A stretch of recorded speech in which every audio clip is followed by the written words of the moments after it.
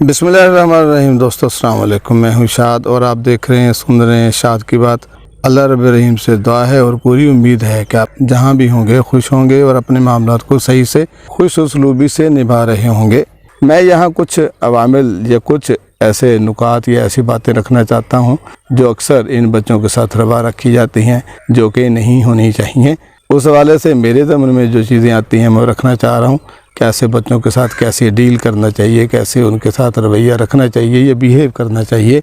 इस हवाले से जो हम पहला रवैया उसके साथ रखते हैं वो एक तनकीद होती है। तनकीद का रवैया, हर बात पे उसके ऊपर तनकीद, हर बात पे वो तख्ता मशक, हर बात में उसके कीड़ा निकालना, बहाना ढूंढना कि उसके ऊपर तनकीद की जा सके, तनकीद हो।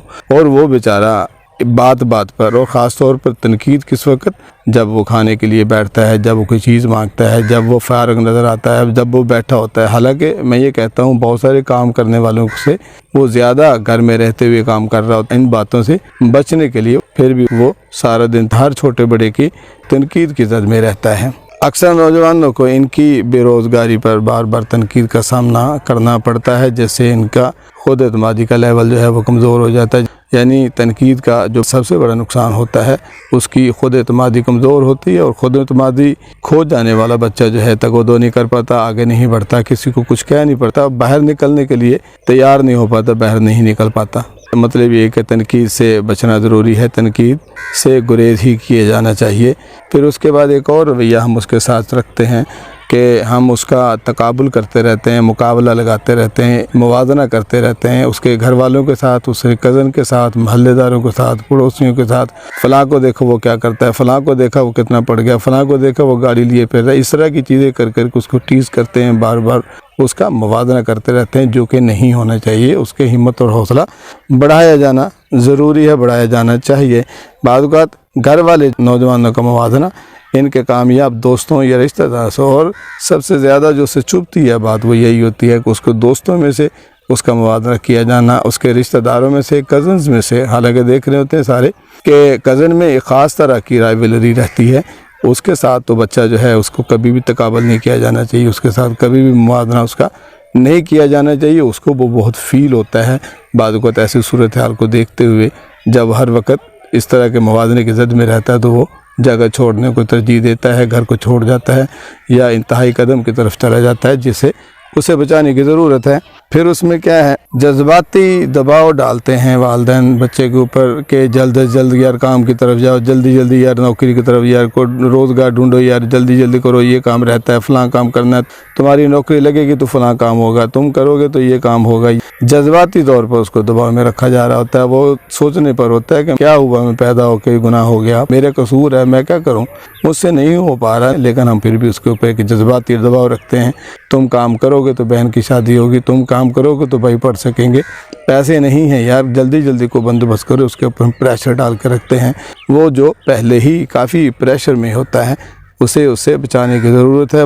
वालिदैन और दीगर घर वाले रिश्तेदार नौजवान को जल्द अज जल्द नौकरी करने के लिए दबाव डालते हैं। अगर वो बर्दाश्त न कर पाए, ज़हनी दबाव का शिकार हो जाता है, तो वो इंतहाई कदम उठाने की तरफ चल पड़ता है। फिर तनकीद उसके ऊपर करते हैं तो उसमें खुद मुख्तारी और ख़ुद इख्तियारी या खुद एतमादी की कमी आ जाती है। वो खुद से कुछ करने की तरफ जा नहीं पाता। फिर हम उसको बात बात पर जो है बेरोज़गारी की वजह से अक्सर नौजवानों को फ़ैसला करने या अपनी ज़िंदगी के बारे में कोई इख्तियार नहीं दिया जाता, और हर बात में इनकी नाकामी को बुनियाद बना दिया जाता है और उसके हवाले से उसको तनकीद में रखा जाता है। फिर उसके ऊपर एक और जो दबाव पड़ता है हर हवाले से, माली दबाव होता है। घर वाले उसे बात बात पर माली परेशानी का ताना देते हैं, माली तौर पर कमी का एहसास दिलाते हैं कि घर में कुछ नहीं है, तेरी करें ये बहनों की करें, तेरी करें ये तेरे भाइयों की करें, कौन कौन सा खर्चा तू वेला रह के ही, तू फारग रह कर इतना खर्चा करता है, उनके फ़ीसें दें, उनके कपड़े बनाएं, उनके जूते बनाएं, क्या करें,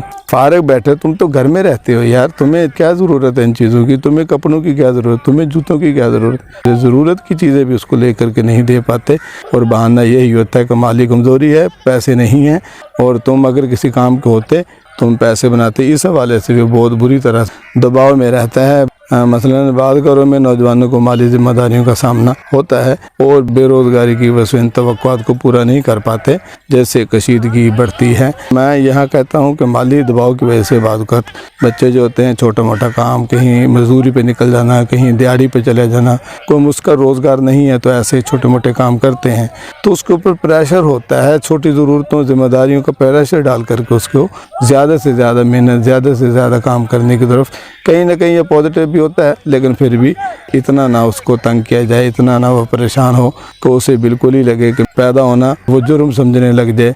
फिर इसमें आकर के वो बंदा मजहबी हवाले से भी बागी होता है, घर वालों से भी बागी होता है, दूसरे एथिक्स से भी बागी होता है, बाद वक़्त वो बुरी हरकतों की तरफ चल पड़ता है या चल पड़ने का जो है इम्कान बन जाता है।